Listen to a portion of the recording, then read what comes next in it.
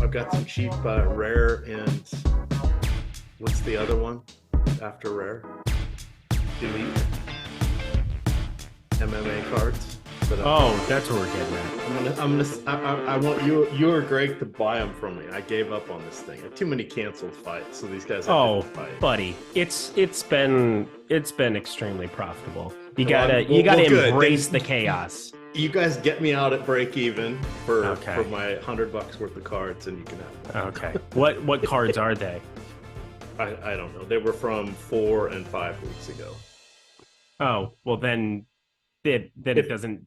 Then they're done. You can't. The event cards you can't reuse. Oh really? Oh really? Well, then why did I even do this stuff in the first place? I have no idea. Darn you, Melissa, for talking me into this crap. I didn't do it. I love you. Don't hurt me. All right, Stochastic, here we go. It's your old pal EMac coming to you on a Sunday morning. I'm joined by Eric Lindquist. It has been a million years since we've been together on a Sunday show. Mr. Lindquist, how are you doing? I'm doing great. Your ceiling fan needs to go off. I don't know. I just pulled up the Zoom screen because I was kind of if I sit under it, it looks like I have a beanie. My business. See?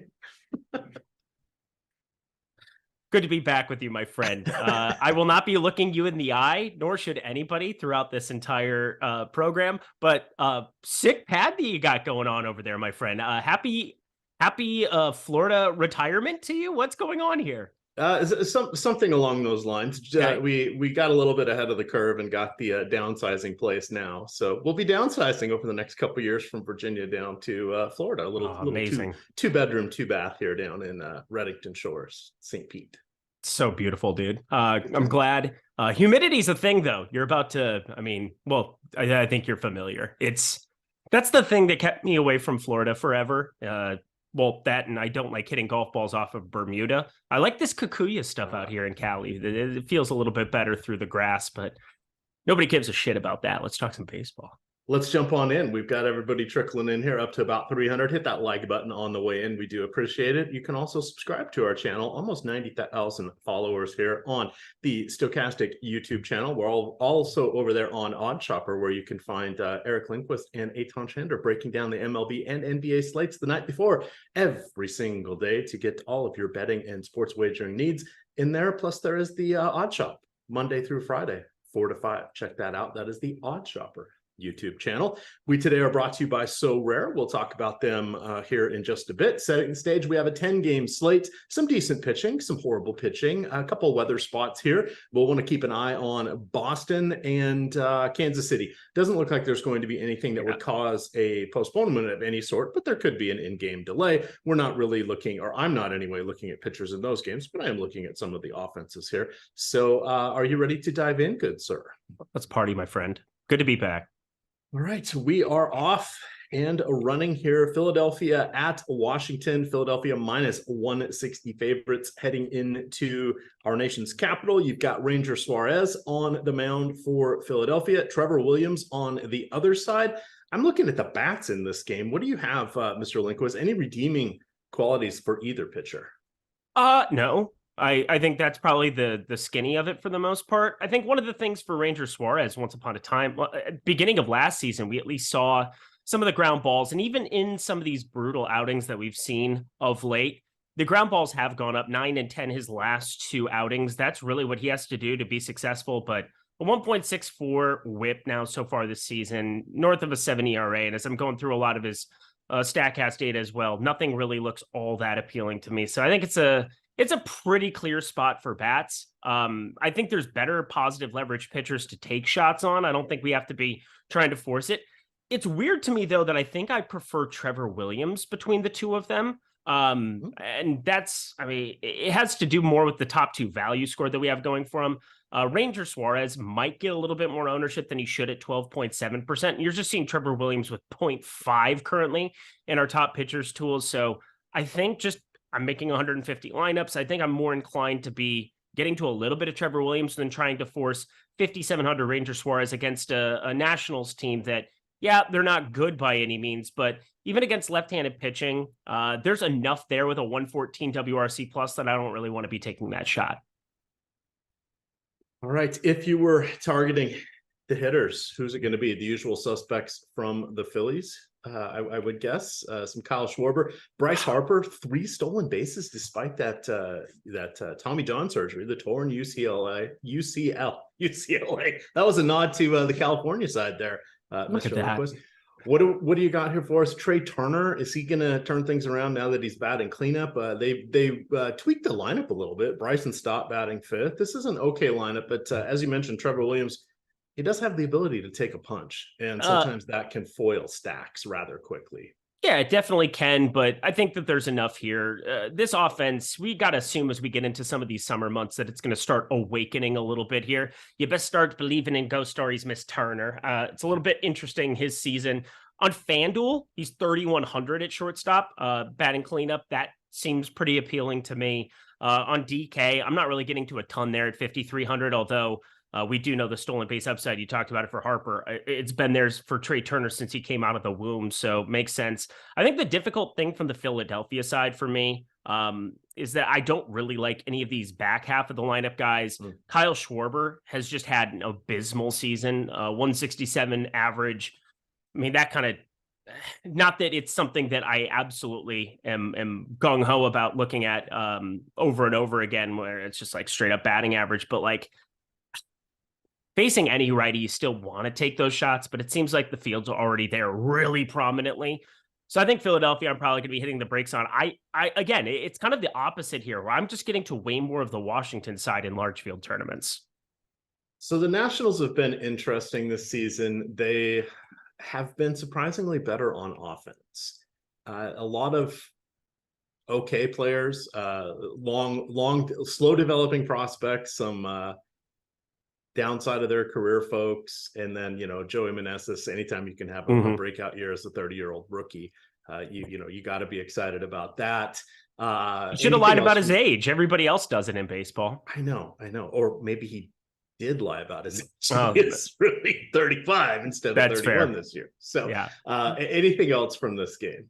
Yeah, so the Washington side I find to be a little bit more appealing than most. I alluded to it earlier, but against left-handed pitching this season, Washington's one of those teams that just surprises you. Just a 17.7% K rate.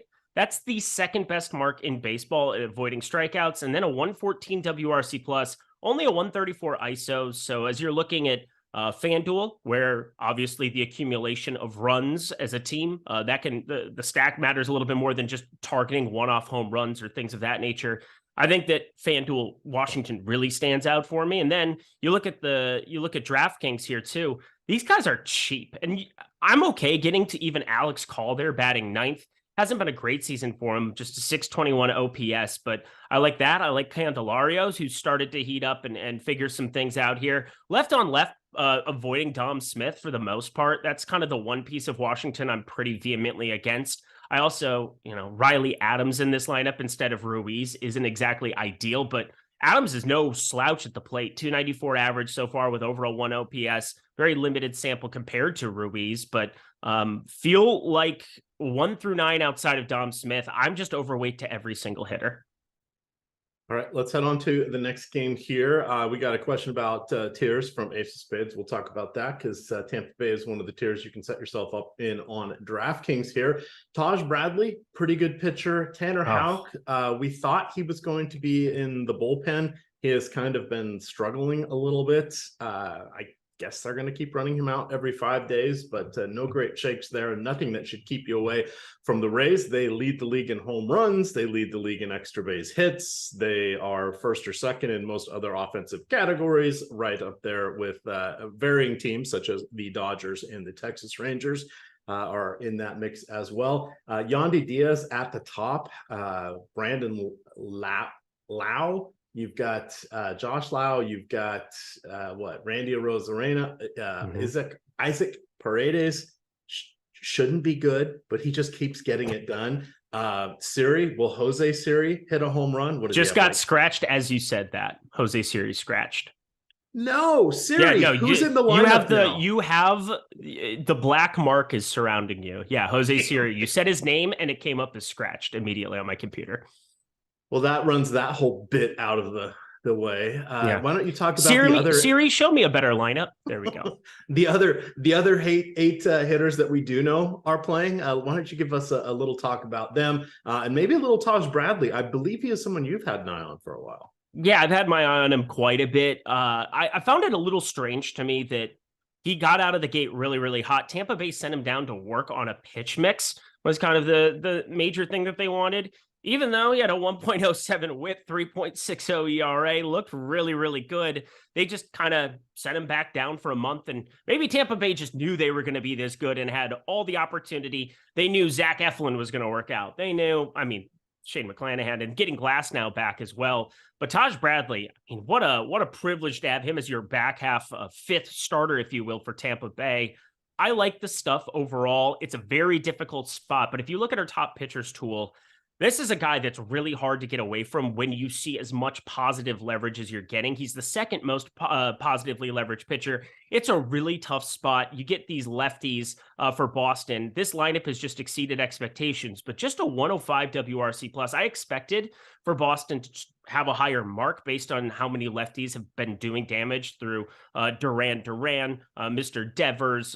You got another Turner there. Yoshida's been incredible this season, lived up to the billing, as has Verdugo, getting back to what he was doing beforehand. But I still really like the stuff here for Taj. The weather looks like it's going to hold for us. From a DFS perspective, he's just a pitcher that I want to be backing with a 34.4% K rate and 263 xWOBA.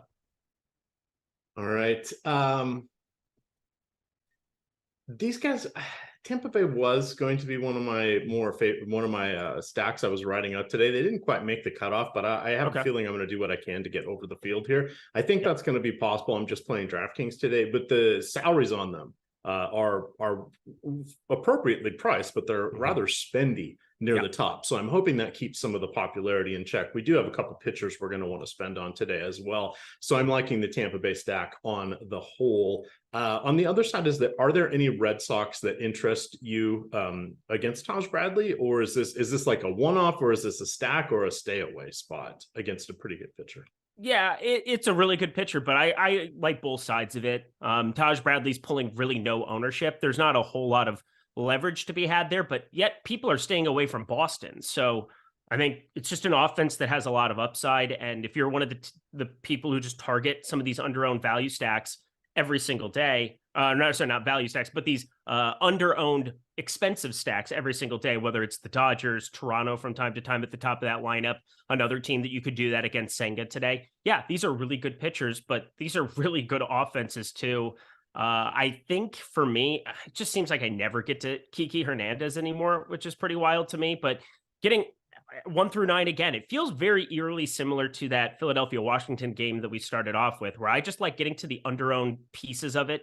Taj Bradley's pulling no ownership, but neither are Boston bats. I do like getting to Cassis as well. I know that Tristan Cassis hasn't had the season that Red Sox fans were hoping for either. They just can't find a first baseman. It's kind of like been their deal here for a while, but I do think at 334 xWOBA is going to start coming into play more and more. I think these guys with tons of power who have high walk rates, he's the only guy with over a 10.5% walk rate amongst this baseball team. He's almost 15%. So it's a little bit surprising that he's had as bad of a season as he's had. But I like getting to 1 through 9 with the exception of Hernandez. All right, Ace of Spades, this one is for you, the tiers format here. I prefer more stacking with the tiers. And today we have the ability there are 4 teams we can stack via double stacks for the most part. You can get at least 2, if not 3 from each team in here. So I'm going to put these in the chat for you. My number 1 stack is Tampa Bay. You can get those in tiers 3, 5, and 6. Number 2 is Houston. You can get those in 1, 4, 5, and 6. So you can kind of combine those 2 teams and get 4 or 5 of the spots there. Philadelphia is 3rd, 1, 4, 5, 6. And then you've got Texas tougher matchup for Texas against which Miller is it? Bryce Miller. It's Miller time today. We got both of them going, but Bryce Miller going there for Seattle. But my favorite is some combination of the Houston and Tampa Bay stack. So I'm going to drop that into chat for you. You are going to get to some Tampa Bay just in tears, huh? There's going to be a lot of tears. I feel like I'm on a show with Greg already. Make me cry. Yes, he did. He did ask me to bring up the bucket hat, and he said I need to get one of those since I'm at the beach. I could really use one. I really hate all of you. No, you didn't. You didn't get that Onyx gift pack. It's at the UPS store, and I'm deciding if I even want to go pick it up. Isn't there like a beach towel? I think that's the one thing I do want. I want my beach towel. I believe there's a beach towel, some sunglasses, which now I will have DraftKings and FanDuel sunglasses that I don't wear. Although those are pairs I can lose in the ocean now, or the Gulf, I guess. That'll be fun. A hat, a beach bag, and I think that's about it. So we shall see. It's great, EMac. All right. Anything else from this game?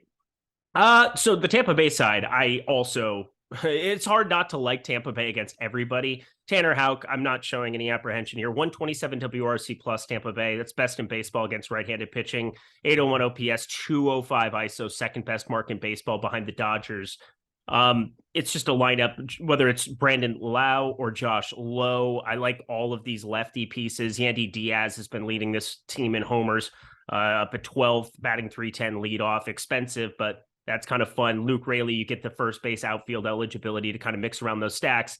And then you look at our top stack percentage, it just falls into that category of a lethal team that's sitting pretty much at flat ownership. Anything that isn't Kansas City, Houston, or Philly today, you're just able to find ways of putting them into your lineups, knowing that you can probably create some positive EV lineups. So Tampa Bay is just a team that 1 through 9, just give me all of it. You got Christian Bethancourt, I think probably one of the more intriguing catcher options, pulling absolutely no ownership as well. The guy's numbers are just awesome. 48.4% hard hit percentage, 472 expected slugging. I think that is going to start showing up in the old box score a little bit more. Still 7 homers on the season. Not many catchers you're going to be running into in the 9 hole who have those kind of marks. All right. Do you know what kind of mark Jose Siri has? The not a green check mark. He's got a green check mark right now. Oh, well, he's out of the lineup, so don't fucking play him. How about that? So say you. I don't know. Perhaps I'm going to listen to DraftKings, the multi-billion-dollar corporation. Yeah, that can't figure out how to unlock or how to lock lineups at UFC Lock from time to time. And yeah, we're not even going to go into it. But we love them. No, shout out them. Shout out our sponsor, So Rare there. We love them more. Absolutely. We love So Rare more, and we'll talk about them shortly. Anything else from this game here? We should be able to cruise through a couple. But not I just kind of realized this is my first MLB DFS show of the season. So far, so good. Can you just hit the like button, make me feel good about myself, build some confidence here? I need it. And Colin Morikawa just WD'd from the Memorial, so I'm in shambles right now. I'm in absolute shambles, back spasms. So my lineups are dead. That's fun. He was my one and done pick this week. Yep. I am in shambles. Damn you. Yep. I did not missed you too, aggressive goose. This is your first show with me, MLB, or first MLB DFS period this season, June 4th, my very first one. Haven't done a single MLB DFS show yet this year. I feel honored. I've maybe played a dozen slates, but we got something coming tomorrow that has got me very, very excited to be back in the MLB DFS streets. Just you wait, people. Tomorrow's going to be an awesome day here at Stokastic. It will be the unveiling. It will be worth it. All right, let's talk Blue Jays. Let's talk Mets. You see Kikuchi going against Kodai Senga. A couple of decent strikeout pitchers here. A little more there towards Senga. Main issue with Kikuchi, well, walks and home runs. That can be a problem. Strikeouts do get him out of some of his jams, but not enough of them. So I do, in particular, want to call out Pete Alonso and Francisco Lindor. We also have another cool feature on Odds Shopper, Eric, the True Odds section. So this morning, the true odds, and I don't have it pulled up right now, but the true odds for Alonso to hit a home run were 405. Yet you could get the odds at 425. So that would be like in your favor. That was a nice one. The other one I want to, did Conha make the lineup? today? Did he? Oh, he did not. Oh, yes, he did. Batting second. Oh my God. He was in the article today, plus 900 for a home run, and I thought he was going to be batting 8th or 9th.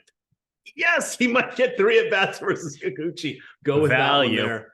We don't do BVP, but I do want to point out 5 for 17, 2 doubles, 2 home runs, 4 walks in his experience against Kikuchi there. So yes, I like Kanha very much. Do you want to do anything with the pitchers here? Because these guys are kind of our point per dollar break point.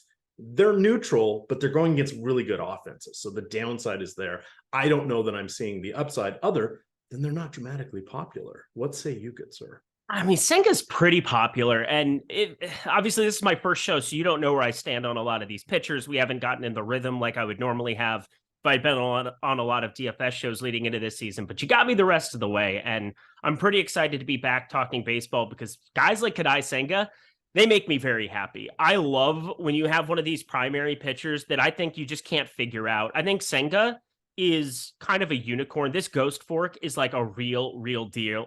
It's basically known as a cutter, the 26.4% usage. But this Ghost Fork that he throws is just so ridiculously nasty. And another thing, too, that happens is people start taking it as Bible as you look at a walk rate, like you had talked about earlier, where, oh, well, he's been his own worst enemy. He has a 1.35 whip. He's had so many outings with 3+. I believe he started off his big league career with 6 consecutive games of 3 or more walks, which is not great.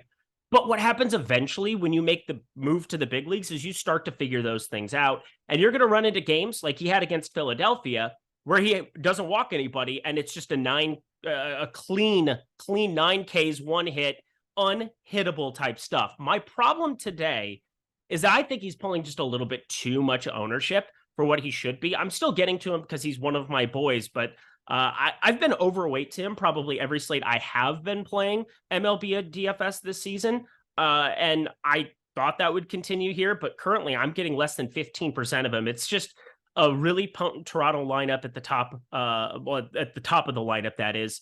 And then it's just a spot where I don't know if the Ks are going to be there the way that it seems as though the field believes that they're going to. Just a 20.7% K rate, this Toronto lineup against right-handed pitching on the season, and a 114 WRC plus. Considering he's pulling the 4th most ownership on this slate on DraftKings, I think it's pretty clearly for me just a below the field type play. All right. Would you go with UC Kikuchi as an SP2 on DraftKings? No. Okay, good talk. Which of the Metropolitans hitters do you not like? I mean, Alvarez left on left. Are we like, or sorry, not left. He's facing left to right.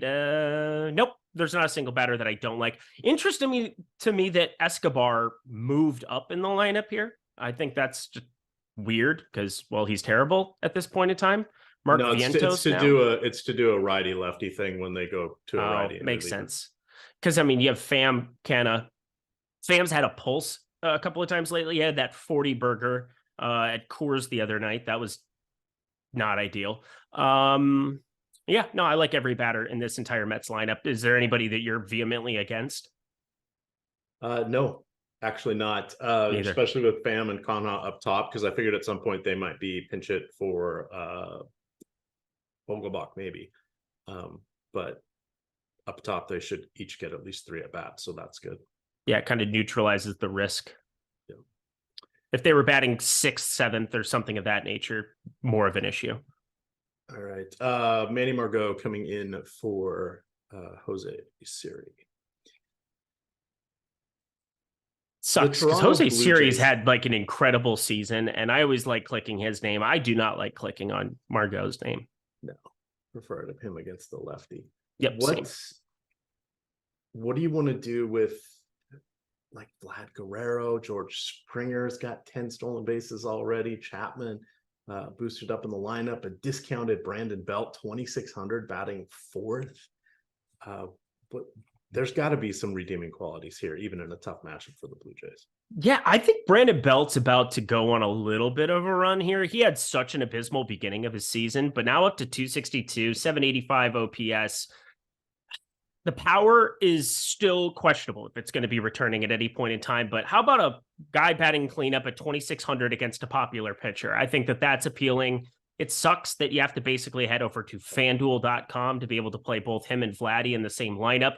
But I think Vlad's probably the guy you want to talk about here. 5,500 and pulling less ownership than Belt in some spots. I mean, this is one of those spots where I think the old optimizer might be rolling it out, depending on who your pitchers are going to be and who you're getting to the most. I mean, Vlad is currently pulling 3.9% ownership there. Belt, we've got projected for a little bit less, I suppose. So I guess it's kind of a 1-for-1 there. But this is a team that's not pulling any ownership.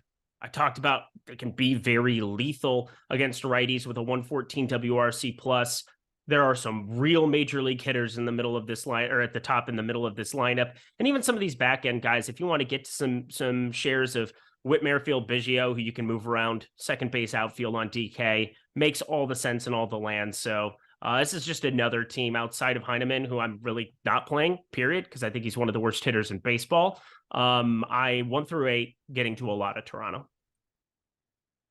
Let's continue along. I see. All right. So let's talk about Tristan McKenzie. We got a super chat for that one. I see people asking about it. So Brandon Wagner, $10 super chat. What are we doing with Tristan McKenzie today? He's going against your Minnesota Twins. This will be his season debut. He had his breakout last year. He had, I want to say, 3 starts in the minors. The third one, I read an article about this morning, so going from memory, the third one ended up being, got caught up in a rain or there was a delay or something, but he ended up doing a side session that got him up to 85 pitches for that start. I would expect we see him around 80, 85 today. It'd be a bit much to expect more than that. I think we'll see at least 70. So I would assume that that is really not any type of pitch limit here. Expect 80 pitches or 6 innings will probably be what they get from him. When he turns sideways, it's impressive that you literally can't see him. He's one of the skinniest individuals that I've ever seen pitch.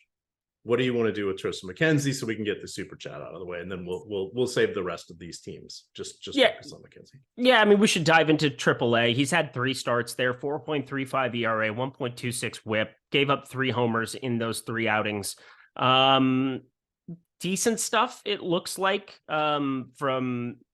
it's just so hard to know. And I think that that's kind of what you're embracing here. If you're going to do anything, I think looking at the Minnesota side and just being like, this is his first start of the season, it's a team with just a 4 implied total. And now Joey Gallo on the IL and Donovan Solano batting third. Like, there's just definitely a case where, you know, Minnesota sucks, but Minnesota still has an opportunity to smash here.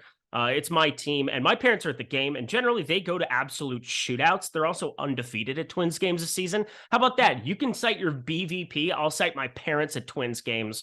So yeah, I'm definitely going to have some Twin stacks because I don't know what to expect from McKenzie, but I mean, you're not going to be playing McKenzie, are you? No, I'm looking at that right now. I'm just going to keep him at 5%. The field's at 5%. That seems reasonable to me. So if he comes into lineups, great. If not, whatever. Yeah. He got up to 85 pitches last start. So, I mean, I do think there's an opportunity for him to be unleashed, but it's 90 and hot and humid in Minnesota today. That is not pitching weather. No, it's not. That's why I'm kind of like, I think this is, even for Joe Ryan, who is our most popular pitcher, or sorry, most positively leveraged pitcher in the top pitchers tool, I'm a little bit nervous about it just because of the heat, because the ball should be flying out of target field today. I do not agree with this total. I'm probably going to be adding this to my card as I'm moving along here as well. Just kind of reaffirmed that it is confirmed warm there. Feel pretty worried about both of these pitchers in this spot. Tristan, first start, don't know what to expect. And then Joe Ryan's been just incredible. And I thought I was going to get to a ton of him, but I'm at least a little bit nervous because, well, Cleveland's actually showing up in my lineups, and part of it is just the park factor. All right. Well, we went a little out of turn there for that super chat, but that also means we got a chance to talk a little bit of Sorare. So I want to bring that up, and there will be another read unless we get to 150 likes before this read is done. So chat, you've got your work cut out for you. 17 of you Out of 630, got to hit the like button here. But we are happy to announce our partnership with Sorare. They're a digital trading card company and their digital trading cards are NFT based. That is on the Ethereum blockchain. That is a non-fungible token. You guys know what an NFT is. So you had fun playing basketball with them. Well, they've got baseball and soccer as well going on right now. So you can create your own team with the cards. You can purchase cards. If you go through the link that is in the YouTube description here, you will get the opportunity once you have purchased 5 cards on their open market. They will allow you to select a rare card, which of course is rare. That's something you want to get onto your player portfolio. The more you utilize your cards, the more experience points they get, which does help them out in their performances. So they're in their scoring. So check that out. It is based off, of course, what happens on the regular field, but it's a lot of fun. You get to see Neil Orfield talk about that a lot. He's been building out Sorare teams. I believe you may have been doing a little bit for basketball. Nerdass Greg's involved in this as well. It's just a new market here where you guys can get a little bit of an edge until it's fully solved. We also offer projections too, because their scoring periods, it's more than just one day. They're usually 3 to 4 day scoring periods. So check that out. You want to understand the rules. You can also type in Sorare into the search function on Stochastic, and there are a couple of evergreen articles that will talk about their format as well. But check that out. Buy, sell, trade, collect your favorite cards. Complete freedom over there on Sorare. Back to our regularly scheduled game. We do 144 likes. We'll do one more game here. We'll give them one more chance. But Milwaukee at Cincinnati. Blake Lively. No, he is not some young talented prospect. No, did I say Blake Lively? Damn it, I meant Ben Lively. Right? It okay, is I Blake is the actress, right? Yeah, that is 100% her, and she is fire. She's absolute fire. So let's look up Ben Lively baseball reference, because he disappeared from the face of the earth. Well, not really. He just went over and pitched in Korea for, I think it was 3 seasons. So he is back in our lives. Let's get rid of the majors, minors, his college. Looking at his foreign stats, he pitched in the KBO in 2019, 2020, and 2021, averaged a 4.1 ERA in the Korean League. He is back. Let's see, in the minors here, he did pitch for Louisville this season, 27 innings, 16 strikeouts. Yikes. Not much there. This is the fancy play syndrome. He is cheap. I would be okay using him as an SP2 on DraftKings in tournaments, because I don't think anybody else is going to go there. But this is a both sides-er. On the other side, you've got Adrian Hauser. I don't really want to play him in this particular matchup. Cincinnati, somewhat pesky. Where did this come from? Joey Votto, where have you gone? It's all of a sudden they have an offense now. I'm not sure how that transpired. But Jonathan India. Yeah, Great American Ballpark. Jonathan India somehow isn't having a lower leg injury every 8th day like he did last year, which was frustrating because I had him on almost every season-long team. I like the offenses here. I'll roll the dice a little bit with Ben Lively. No Adrian Hauser. Yeah, 0 Adrian Hauser for me. I think we are definitely on the same page in that regard. Ben Lively, it's interesting. 6.3% ownership, top 2 value percentage, sitting around 10.2%. He's just a guy who's falling into some lineups. There's that entire mid-tier of guys. Ben Lively falls into the bucket. I think Griffin Canning, because of how popular Houston's going to be, falls into the bucket for me a little bit as well. Tanner Houck's okay, even though I'm not in love with the fact that there's negative leverage there and it's not a pitcher I believe in. But there's a lot of these mid-range plays that just kind of make sense to take shots on between 6K, 7K, 8K, like in that range over on DraftKings today. He's just another one. And Milwaukee, this is just an offense that I think targeting. Yeah, it's a phenomenal ballpark. Obviously, ball goes far, ball leaves yard often. It is what it is. But Milwaukee, just a 93 WRC plus against righties this season, 155 ISO, and a 23.6% K rate. There's enough Ks as you look up and down this lineup that there's really no issue in trying to make that a thing. He's not pulling a ton of ownership, so I don't completely hate it. However, Cincinnati, you kind of alluded to their offense and coming to life. This is currently my highest owned stack, and I don't know if that's going to maintain here as I'm finishing out my stuff. There's a little bit of negative leverage going there, but as you look hitter by hitter, as you go through this Cincinnati lineup, there are so many pieces that I just find to be really intriguing, whether it's Tyler Stevenson, catcher option who, he's better than your average catcher. That's for damn sure. Spencer Steer, Kevin Newman batting leadoff, pulling quite a bit of ownership, but the second base, third base utility makes a ton of sense there. But I'm looking at guys like Nick Senzel, who's got third base outfield eligibility. He's pulling 2% currently in our projections. Matt McClain, who could end up being one of the better hitting shortstops in baseball in short order, phenomenal ballpark. And then even Will Benson, who doesn't look like he has great numbers by any means, but the guy he's got at least a power profile, I think, against some of these righties where he's just a cheap lefty who falls into stacks. So this is a team in Cincinnati that I'm surprised I'm getting to as much as what I am, but I guess it makes sense. You remember Chris Sabo, or is that well before your time? Chris Sabo? Isn't that, that sounds like an American Gladiator, right? No, and it's not Kevin Sorbo either. There we go. That's who I was thinking of. Thank you. No, he was the shortstop. He always had the rec specs, so it was probably before your time. But no, I'm a baby. Yes. Was that in 1804? Who is older, you or I don't know. Pick a baseball player that's still. Who's older, you or Dirt? How many baseball players are still older than you? A lot of them. A fair amount. Okay. A lot of them. I'm 35. I'm not like. Oh, okay. Okay. I thought 45. You were like 38. No, 35. I'm still a baby. Okay. There's still quite a few. I'm young at heart too. Dick Mountain's out there. He was 42 or 43. Yeah.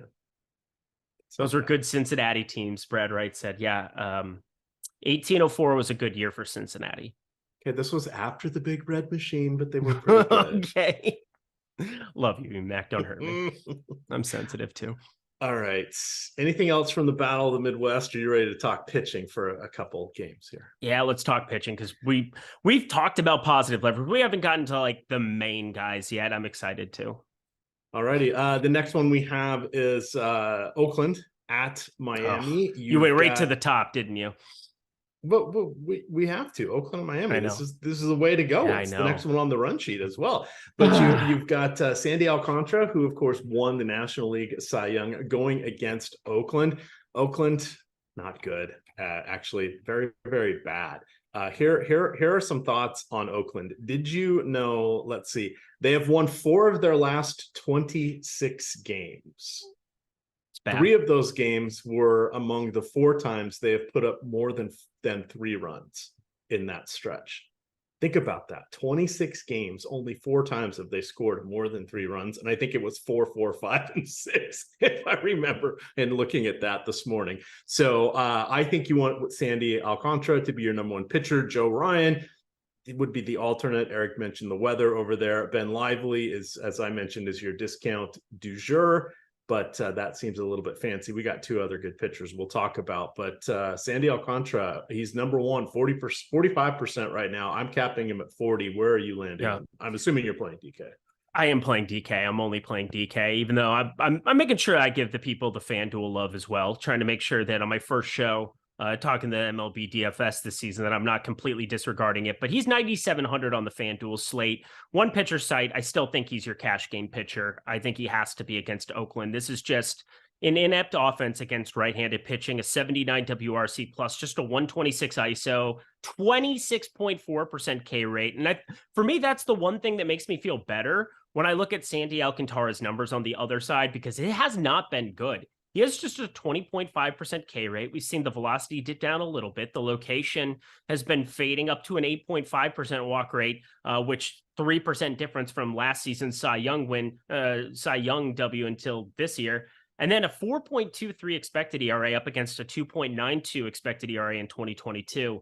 I don't like what we're seeing out of the changeup. I have some concerns, but I think everything's just mitigated by the fact that Oakland strikes out against righties the most in baseball. The lineup is not good, and the ballpark is fantastic. So as much as I have my issues with Alcantara right now, they're completely, I think the ownership's completely warranted. It just has to do with the strikeout stuff has never really been why you click on Sandy Alcantara. You click on him because he has the complete game shutout type upside when he hits the mound. He goes for 7-8 innings almost all the time. And last year he was going 7, 8, 9 innings and really kind of limiting all damage.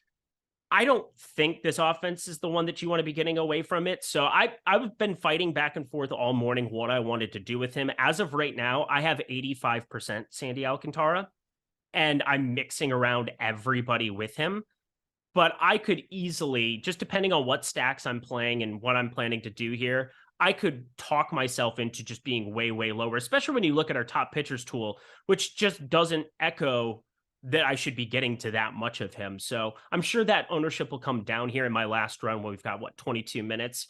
But God, he is just clearing away, I think, in the best spot, in the best park on this entire slate. Yeah, and that is the way to go. I don't think we really want to go with Paul Blackburn today. That would be more of a sub-slate play. I don't completely hate it. Right. This is probably the disgusting play of the day where I totally think Paul Blackburn sucks. He's awful. But he could never stay 81 healthy. pitches. He got up to 81 pitches last game. And so, like, health be damned. We saw 6 Ks right out of the gate for him in a much more difficult spot against Atlanta here. And now he gets this ballpark. You give me 85, 90 pitches at 7,100. He does not project out well, but that kind of, like, when you're looking for that one differentiator, I mean, how do you feel about JP France going up against the Angels? I feel better about that, but the ownership is kind of reflecting it. He's getting double-digit ownership here. For me, this is just simply a guy who's getting 0.5% ownership and no love, whereas, like, we are seeing guys in the mid-range, just he falls into that bucket. I have 4% of him. It's not like I'm saying, oh, play Paul Blackburn, but I thought about taking him out of the pool. In Miami, they have a 4.6 implied run total. I kind of expected them to pull more ownership than they currently are. Let me refresh this and take a look. But I thought Miami was going to end up being popular. I guess they're just not. Nobody's getting there. But that run total tells me to play both sides of it. All right. Here's the counter for okay. Paul. Yeah. Well, he's terrible at pitching. Well, he was an all-star last year. Oh, I mean, God, every the one team all-star, is right? required to have yeah, one. exactly.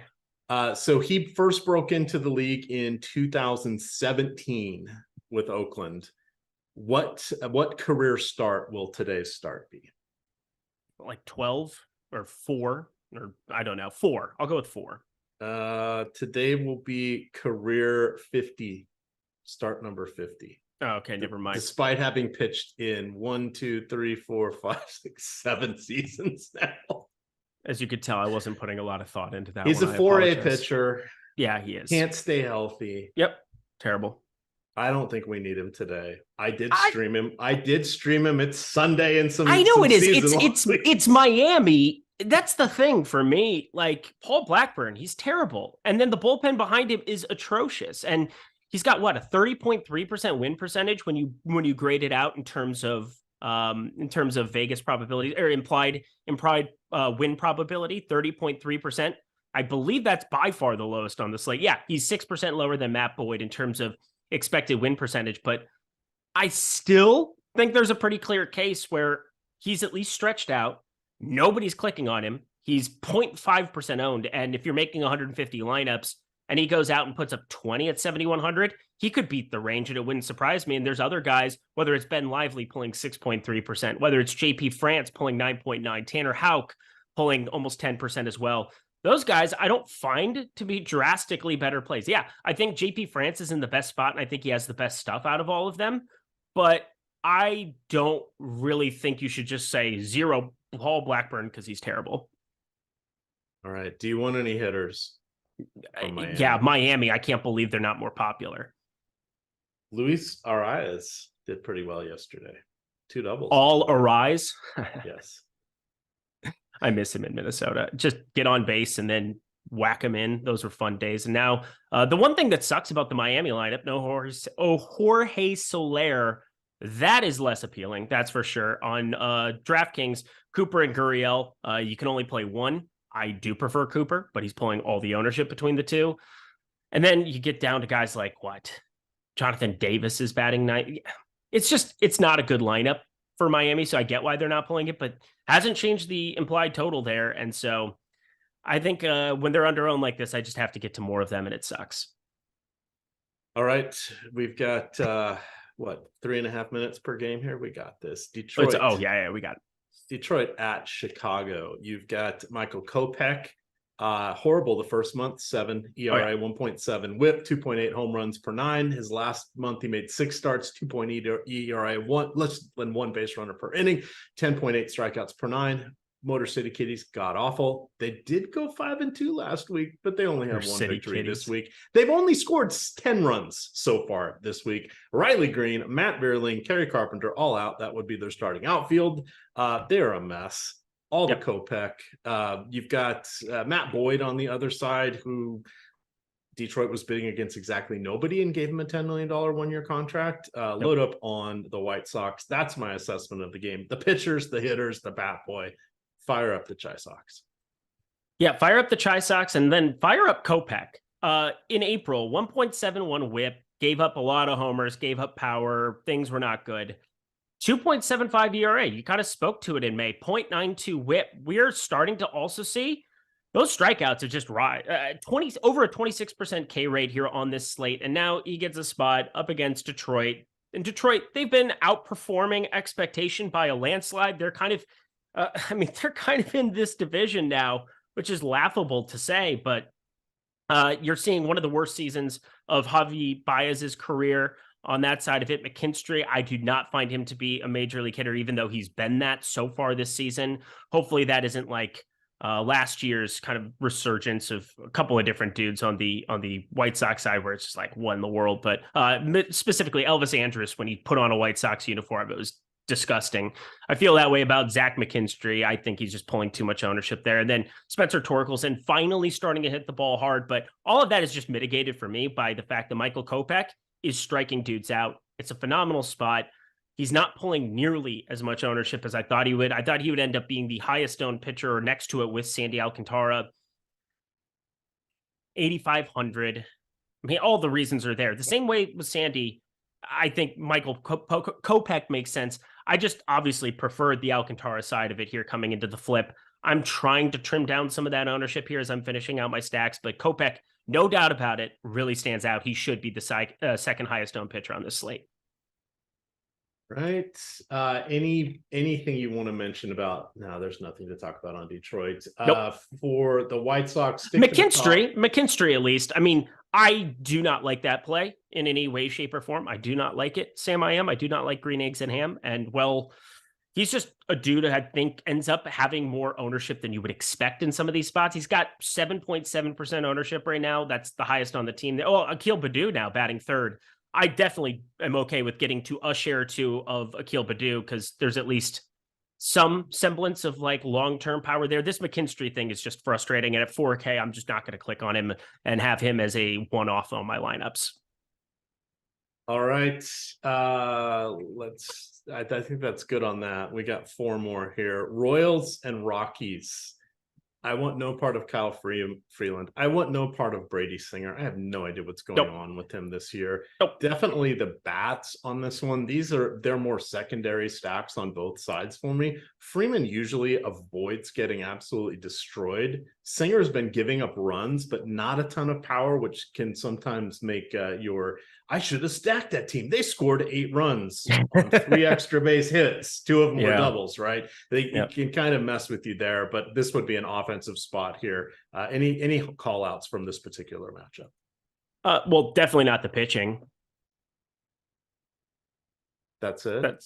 I have nothing from pitcher. 6K 5,400 Singer, I think, is going to actually pull some ownership. Like that seems to be the case. He's pulling 19% ownership in our projections, 29% top 2 value score. I am pretty vehemently against getting to it today. That's just, if I'm going to eat negative leverage, I'm going to do it with Alcantara and Kopech, who have a pretty clear path. But Brady Singer, I get Colorado's lineup is atrocious. They have been downright horrible. And I feel like I've been playing them more than not, but it's such a weird spot. I mean, you have McMahon, who went yard yesterday, Moustakas, Montero, Castro's okay. Nolan Jones, I think he'll be a pretty good major league player going forward. Profar and Doyle leading off. I like this Colorado lineup much more than getting to the Singer side of it.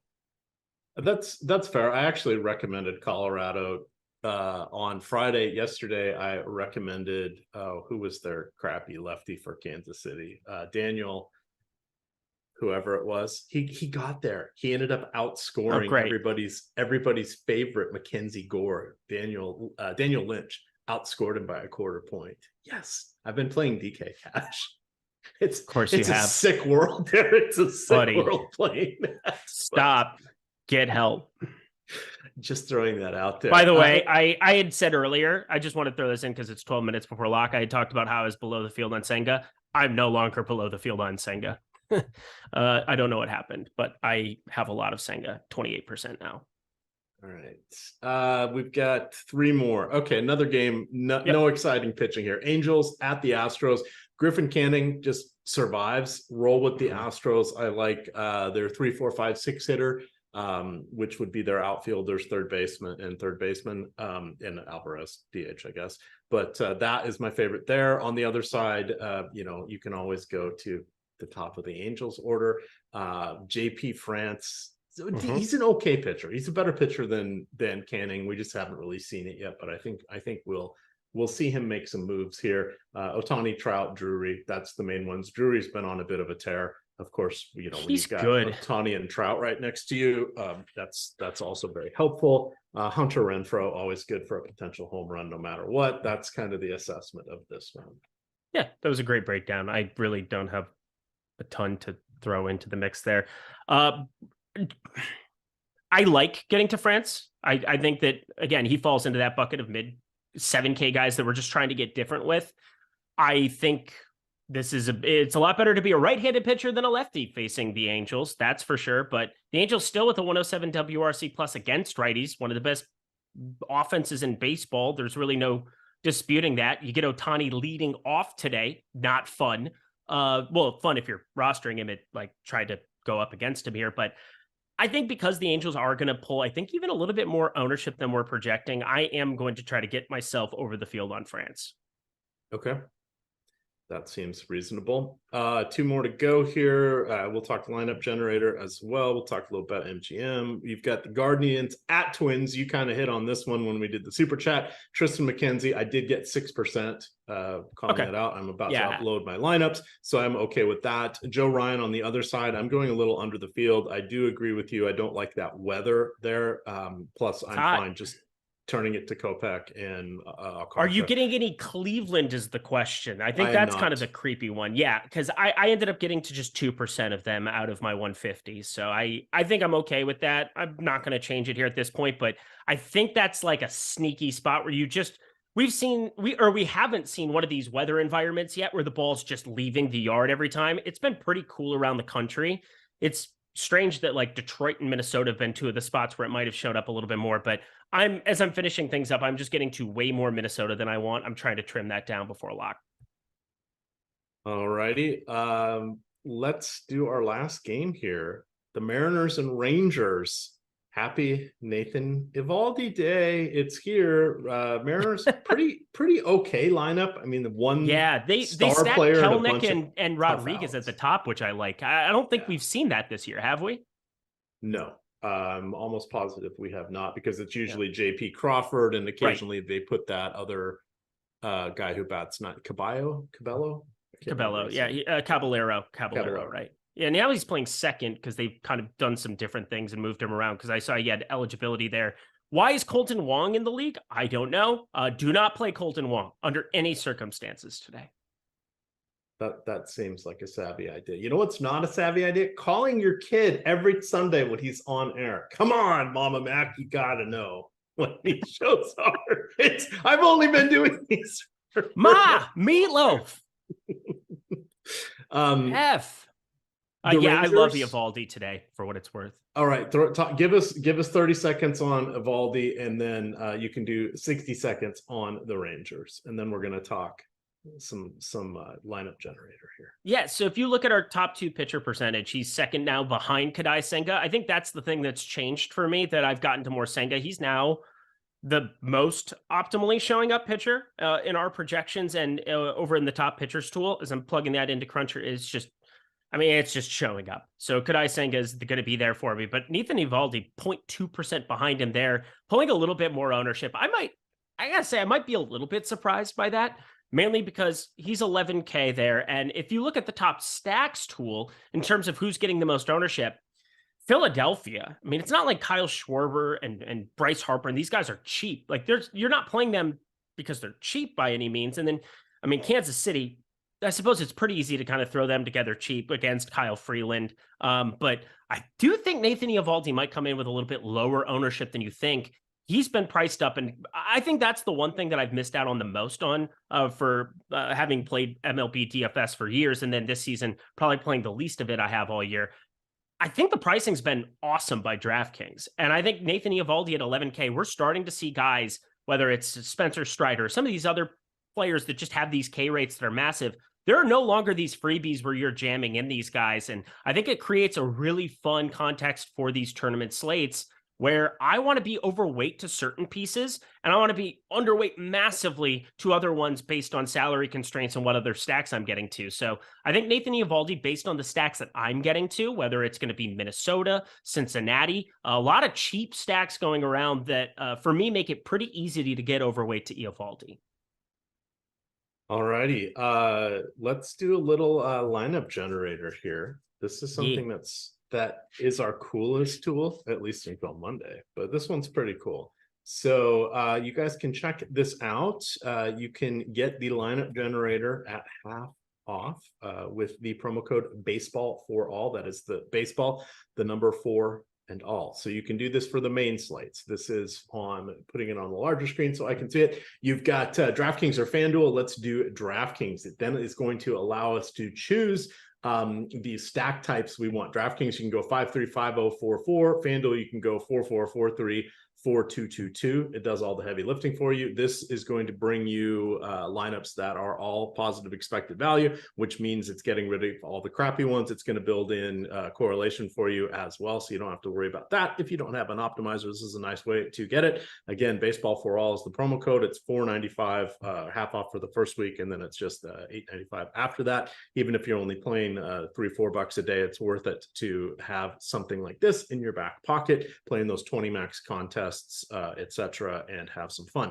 So let's go 5-3 on, and then the next choice we can make is picking you pick one pitcher. Oh, sorry, the lineups. Let's do chalky lineups because I want to show you how they're not overly chalky. And then we're going to pick a pitcher. Let's pick. Let's go with Senga in here. Yep. Yeah, Senga is just awesome now, considering the bump we've gotten in terms of top 2 percentage. Yep. And so you can build these lineups out one at a time, or you can build them out 20 at a time. When you're building them out one at a time, you can just save or discard. You put them in a holding pen, hold up to 20. And once you've got as many as you want, 20 is the cap, you can download it and copy that into your lineup template for either DraftKings or FanDuel, using the appropriate site, of course. Don't put your DraftKings lineups into the FanDuel. It doesn't work. I've tried that before. It's not fun when you're doing that close to lock. But you can review your 20 lineups. It has a whole portfolio of player exposure measurements there. You can decide, oh, wow, I've got you. Oh, how did I get so much Senga in this? Well, we locked him in, so that's why he's in all 20 lineups. But you can go through this and you can choose to keep players. You can replace individual players out of the lineups, or you can discard the entire lineup and run another one. For those of you that want to make 100 lineups, just do 5 sections of 20. It's a good way to do it. And even if you had 50 of us all hitting the exact same settings and save or generate at the same time, very rare that any one of us is actually going to come up with the same lineup as anybody else. Because if you look, even within this chalky build, there's a lot of 5% or lower owned hitters. That is, baseball is entirely different than NBA when it comes to DFS. And it's way different than the NBA finals, where chalk Brandon is Lau just scratched, chalky. by the way. All right. Well, I'm going to have to make some maneuvers there because I think that is one of the just saw that, and today. I'm not going to get my lineups in. I'm 99% sure. We're going to find out. Lau. So let's do a global swap here with Brandon Lau, and I'm going to have some fun. All right. And while I'm doing that, I want to remind everybody you can also sign up here for BetMGM if you use the promo code Platinum Sub, or go through the link in our description here. You can sign up for BetMGM. Once you have come in through our link, make your account over there at BetMGM. Deposit $10 once you've made that wager and it settles. They will give you a promo code for what are they going to give it to you for 30 days of Stochastic Premium. That's a pretty good deal. We're going 100% Jorge Polanco, so I can sort this out later. Yep. It was nice knowing you there, Mr. I have wow. 40 of 150, 45. This is going to be a sweat, actually. I forget baseball with all the crap that I do for it. How long? I haven't had a sweat like this. And 20 teams. But in the meantime, you get bet backing up to $1,000. So your first bet over there on BetMGM, even that $10 one, if you lose, they're going to give you $10 in bet credit. You can do that up to $1,000. That's only good for your first bet. But check that out over at BetMGM. Remember, in most states, the legal age for gambling is 21 or older. And if you or anyone you know has a gambling issue, please call or text 1-800-GAMBLER. There's nothing like feeling alive with a little adrenaline on a Sunday morning. 75 of 150. This is what happened. 10 teams or 10 games, Eric. And when you put that player cap down a little bit, and you don't have the randomness dialed up, and you're doing double stacks, sometimes you got to bail out of this ish, as they call it, and you got to go 5-0 stacks and just run it lickety split. I'm gonna have some dupes today. That's fine. I'm gonna wait for it to get over 100. I'm gonna wait for the clock to go to 34, and once it does, I'm just hitting eject. Yep, there it is. I'm gonna get to 100 teams, and I'm just going to have some dupes and sort it out after the show. You got that, because it's Evaldi day. We have time. The other nice thing, there are 4 2:00 games, so there's a fair amount of wiggle room there as well. But yeah, that was a fun one. We had a pretty busy day. I want to give you guys one last way that you can get 30 days of Stochastic Premium free. That is the Avatar contest, or the Avatar promotion. Go to stochastic.com/avatar, download the Stochastic Avatar, upload that to your DFS site of choice, finish first, second, or third. No ties, no 25 people tied from the top of the NBA Finals showdown contest, but first, second, or third, and you will get 30 days of Stochastic Premium as long as there are at least 5,000 people in that contest. Make a screenshot of that with your Stochastic Avatar visible. Send that on Twitter to Stochastic HOF, and you will probably get to hear yourself or get to see yourself shouted out by the one and only Dave Loughran, Lofty D, on the next week's show. So check that out. We also celebrate all wins, large or small. So if you have a fun victory you're happy with, do the same thing. You won't get that 30 free days, but you'll probably get on the show there with Dave Loughran reading you out. It's a good time. It's a good time. I just missed a nice big day the other day. That happens. We try not to think about it, but sometimes they stick with you, Eric. Sometimes they stick with you. This was not as good as the Paul George caffeine. No, because I actually got it in, and then also there wasn't the scratch that completely burned me and made me want to like take life from life. I don't know. I feel pretty good. All I know is that I have way more nationals than any of you, so go them. Good times. Let's hit that like button as you guys slide on out of here. And remember, we do have NBA tonight. So you've got NBA Live Before Lock. That is at 7:30. You've also got the NBA Building Blocks. That is on the Stochastic homepage. That is for free, breaking down every notable player as well as a wager of the day. You still got the DFS Spotlights and Pitchers and Top Stacks. That is free on the Stochastic home page, breaking down the afternoon slate as well as the mid-afternoon slate and the late slate. Plus, there's a wager for you in there too. Check that out. You can follow Eric at Eric Lindquist on Twitter. Stay tuned because he will be putting out Lindy's Leans, Likes, and Locks tonight, covering Monday's MLB shows. With that, gamers, follow me at EMac DFS, Stochastic_COM. Good luck. And producer Mike, take it easy. Have some lemonade, producer Mike. Have some lemonade. Oh, it looked like